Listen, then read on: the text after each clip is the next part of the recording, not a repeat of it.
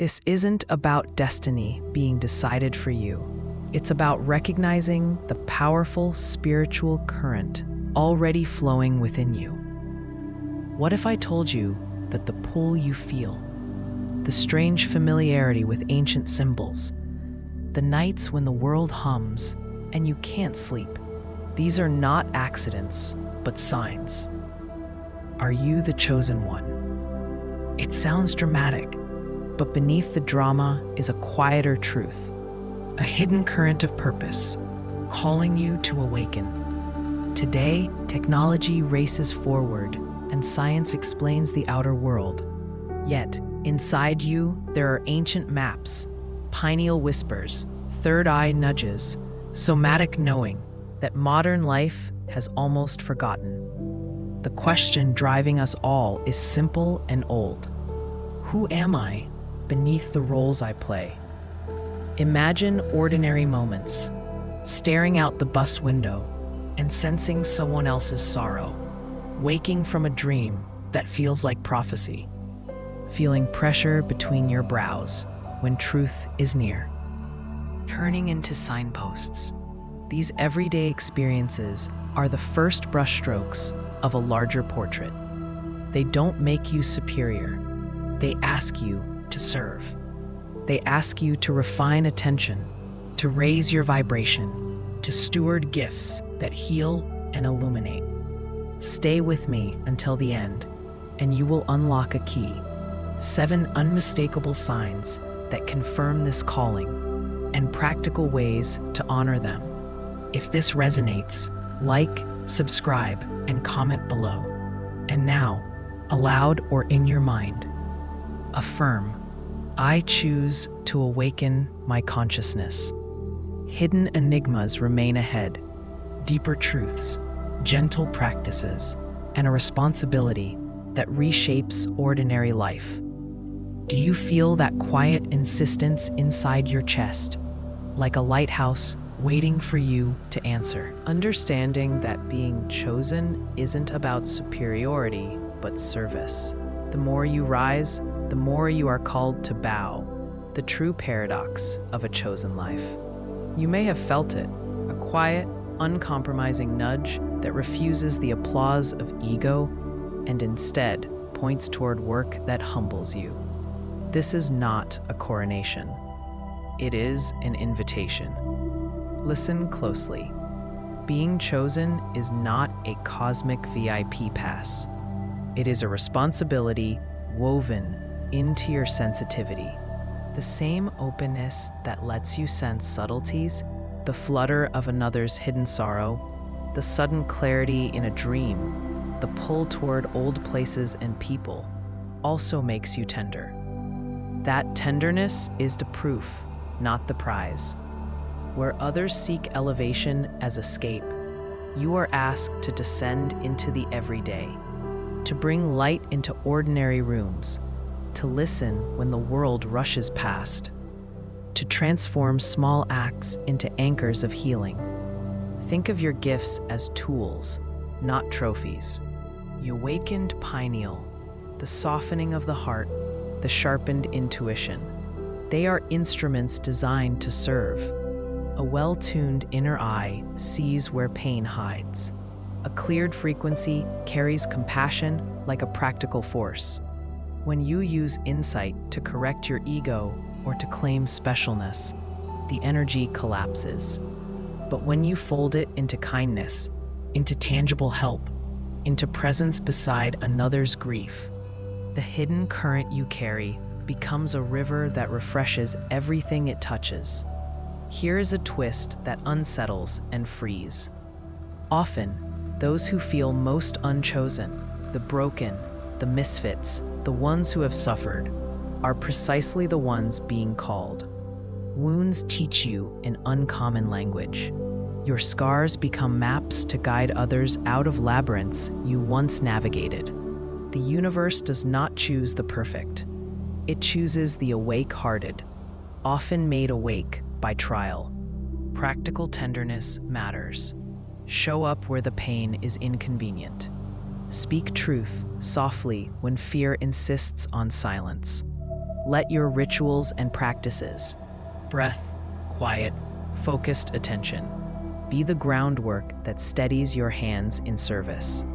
Modern studies whisper that the brain's mirror systems resonate with sincere presence. Ancient seers called this embodied compassion. Both say the same thing. Attention given is healing energy returned. So this is not an entitlement. It is a calling card. It asks for humility, for steady work, for the courage to transform private revelation into public kindness. If being chosen is less a label and more a way of living, then where in your life is your light being asked to serve? And how will you answer that call? Recognizing that these signs are an invitation to deepen your spiritual journey. The call to deepen your path often arrives disguised as discomfort. A persistent tug, a restless night, a dream that refuses to be ignored. You have felt it, an inner frequency that shifts when you walk into a forest, when a song plays and your chest opens, or when a stranger speaks a sentence that lands like a key. These experiences are not random glitches. They are invitations, subtle, sacred summoning notes from the life that waits beneath the surface of the ordinary. When you begin to read them, your daily life becomes a lattice of meaning. Missteps teach compassion. Late-night thoughts become thresholds. And small synchronicities point the way to deeper work. Listen to how the invitation sounds in practical ways. You may notice dreams that are more vivid, symbols repeating in different corners of your day, an increased sensitivity to other people's pain, or a magnetic pull towards solitude and study. Your body might speak differently, a lightness behind the brow, an odd taste or smell that appears during quiet moments, sudden chills that align with inner knowing. These are not signs of fragility. They are the awakening of an organ of perception, an inner eye that asks to be trained, not to dominate. Here is a gentle way to respond that keeps you grounded. When a sign appears, do 3 things before you act. Pause, breathe slowly, and bring your attention to the center of your chest. Name the feeling without judgment. This small ritual trains you to distinguish habit from true calling. Keep a simple synchronicity journal, a running list of repeated numbers, images, meaningful coincidences, and the inner tone that accompanied them. Over weeks, patterns emerge like constellations. Now a twist. The invitation you feel is less about attaining power and more about refining humility. The deeper you go, the more the soul asks you to disidentify from ego narratives, prestige, fear, even spiritual comparison. The sign that you have been chosen is not applause from the outside, but steady surrender on the inside. Surrender to service, to listening, to being a conduit rather than a celebrity of light. Paradoxically, the more you accept your ordinary limits, the clearer your gifts become. Practical depth comes in micro commitments. Offer 10 minutes a day to conscious silence. Track one recurring symbol until it reveals its lesson. Or simply practice saying, "I am willing to learn," whenever unease arises. Let curiosity, not pressure, guide you. The world needs people who answer quietly, persistently, from a place of grounded compassion. So look again at the small nudges you've been dismissing. Which one is persistent enough to follow? What would it mean to step toward that call, even by a single breath, and see how your life rearranges around the invitation, not into grandiosity, but into purpose? A responsibility to share your unique gifts and insights with the world. Your gifts are not accidents. They are deliberate echoes of a larger song humming through your bones. you have felt it. A low-frequency knowing that nudges you out of hiding. The subtle insistence that whatever has been given to you must become a living offering. This is not a burden laid upon you by fate. It is an invitation to transform private pain into public medicine, to turn the ache of your becoming into a map that others can follow. Imagine your inner knowing as a rare instrument tuned to a frequency that the world needs. It will not sound simply by being kept in a case. When you bring it into the room, imperfectly, hesitantly, with hands that tremble, it begins to change the air. Your vulnerability becomes a kind of translation, converting personal insight into a shared language. The paradox is simple and radical. Revealing what was once hidden does not diminish you. It multiplies the resonance. Sharing does not demand perfection or grand stages. Begin with tiny acts that feel honest. Speak one truth in a quiet conversation. Offer one practice that helped you to a friend. Keep a small journal of ideas you refuse to bury.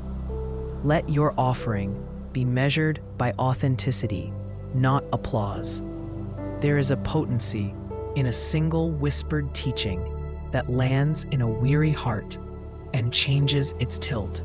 This is the way a ripple becomes a current, not by force, but by steady, sincere transmission. Here is a twist many seekers miss. The responsibility to give is also the path to receive. When you teach, even in small ways, you sharpen the edges of your own understanding. Feedback and resistance act like wind on a bell, helping your tone to find clarity. The world will mirror back what you think is finished, and in those mirrors, you will learn the deeper contours of your gift. Service is not a one-way street. It is a mutual awakening.